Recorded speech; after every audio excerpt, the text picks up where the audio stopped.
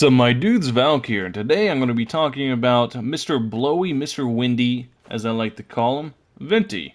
Venti, one of the most OP characters in the game, the very first limited 5-star we had in the game, absolutely turbo broken. Everybody loves him, and everybody wanted him, and if you got him, you got him. Now you've had two chances. If you miss both chances, then that's just a Pepe Hands moment, but I digress. Let me get into it. So Venti is an extremely flexible unit that can be built as I can either be built as a support or a damage dealer.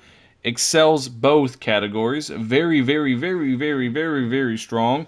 And if you go ahead and decide to build him into a support, he has very good options with the bows, with elegy for the end, which is basically a slightly better thrilling dragon tails. Very, very strong. His set, as far as his artifacts go, his set's pretty much set in stone. 4-piece Viridescent. If you want to run a DPS, you can go 2-piece Glad, 2-piece Viridescent. That's always an option that's available to you that you can do. Constellation wise, his constellations, don't get me wrong, they are very good, but the way he operates, these are absolutely unnecessary. His Constellation 1 is one of the most confusing, because even building him DPS, you'll never be actually charge-shotting.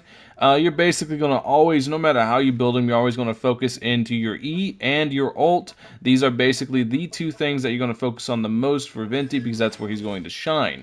Now, as a support, if you're going to build support Venti, Venti provides a ton of CC throughout the team. He just sucks and sucks. Venti really does suck. Sucks really well.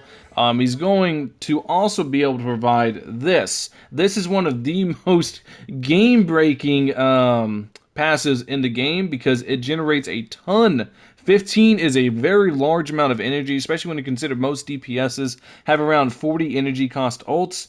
But whenever his ult absorbs an element, any members of that element in your party, for example, if it absorbs pyro, they generate, not only are they generating swirl particles and getting energy particles that way, but they generate 15 energy when the ult ends. And Venti basically always has his ult up, because not only is he getting the refund off the infusion swirl, but he's also generating a ton of energy for your teammates.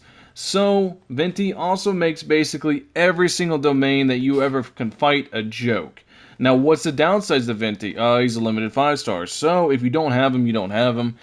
You just gotta wait for him to rerun, because now he's been gone for the second time, so he might be back in about 6 months, something like that.